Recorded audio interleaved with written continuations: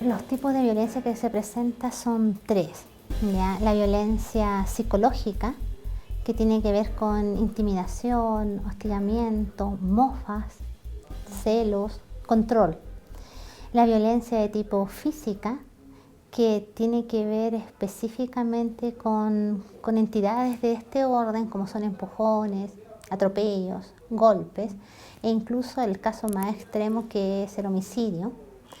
Y la violencia de tipo sexual, o sea, la forma más extrema es la violación, pero también hay otras formas, o someter a situaciones no queridas, no aceptadas o no deseadas, pero también otras que están más relacionadas con la prostitución sexual y el acoso.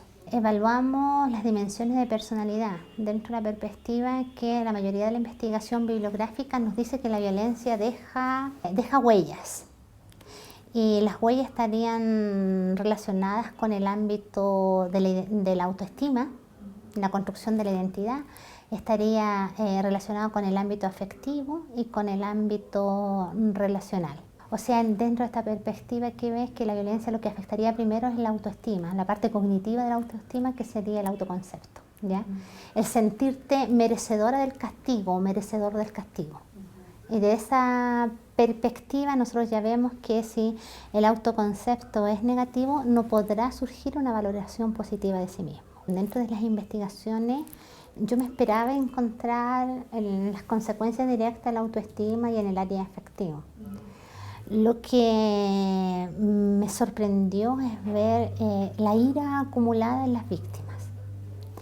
Y cuando lo estudié en Chile con el test de Barde, que mide específicamente la agresividad, me permitió ver que más del 80% de la muestra presentaba problemas de canalización insana de esta fuerza agresiva, que oscilaban entre la introyección de la energía, o sea, el castigo, y una forma inadecuada de expresarla.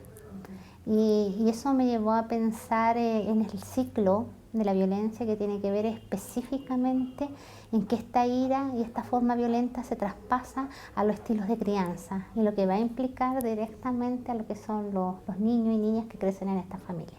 Y que se utiliza y que se valida como método de crianza. Cuando tú estudias violencia, es imposible de dejar de ver cómo se van repitiendo las mismas variables, cambian los actores, pero la agresión, la connotación de la violencia sigue siendo la misma, que se dan las mismas características, como la intención premeditada de hacer daño, porque también en la violencia intrafamiliar, o sea, el daño no es sin conciencia.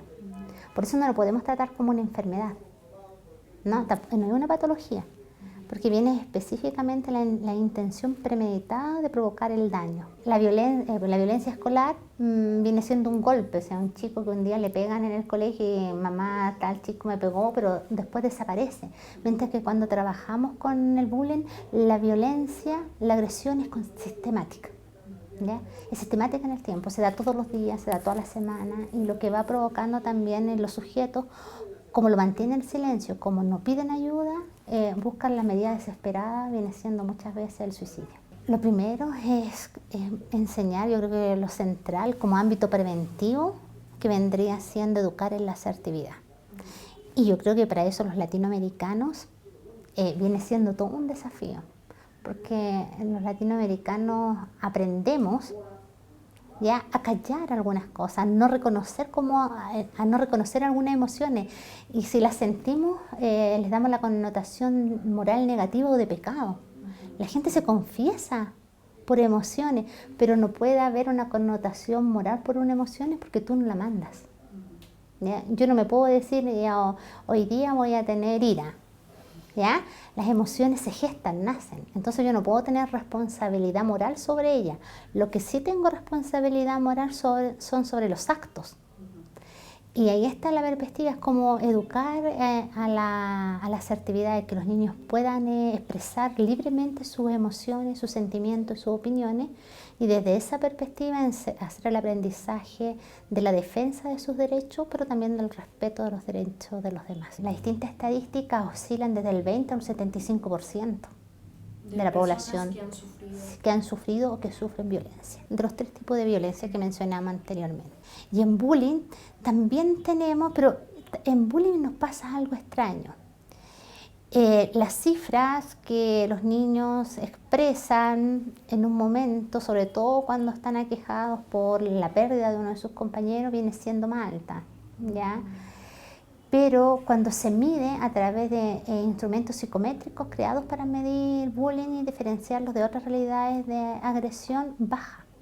Y ha sido los estudios, de hecho yo he estado participando en 3 instrumentos para medir violencia escolar, acoso escolar, bullying, y los instrumentos desde la perspectiva de vista psicométrica han sido buenos. Pero cuando hemos tenido que aplicar para discriminar, para evaluar prevalencia, nos saturan muy poco. Y ahí encontramos porcentajes bajísimos, cuando en el contacto tubo a tubo nosotros veíamos, y los mismos profesores nos reportaban, que no aparecían dentro de los instrumentos psicométricos.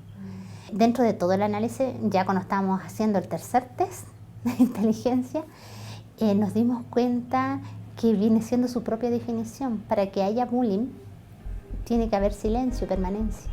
Y ese mismo silencio hace que los niños lo escondan, no lo dicen porque les da vergüenza.